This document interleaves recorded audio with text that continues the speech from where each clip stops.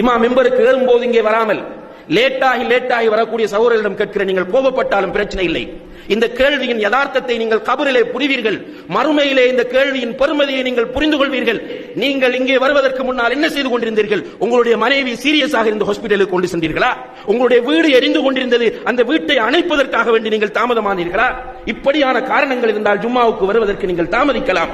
வீட்டிலே சும்மா உட்கார்ந்திருந்தவர்கள் அனைவருமே நிச்சயமாக அல்லாஹ்விடத்திலே கடுமையான கேள்விகளுக்கு உட்படுத்தப்படுவீர்கள் என்பதை மறந்து விடாதீர்கள். வெள்ளிக்கிழமை தினங்கள் அல்லாஹு தஆலா நமக்கு தரக்கூடிய, அவனை பற்றி அறிவதற்கு தரக்கூடிய மிக முக்கியமான ஒரு தினமாக இருந்து கொண்டிருக்கிறது.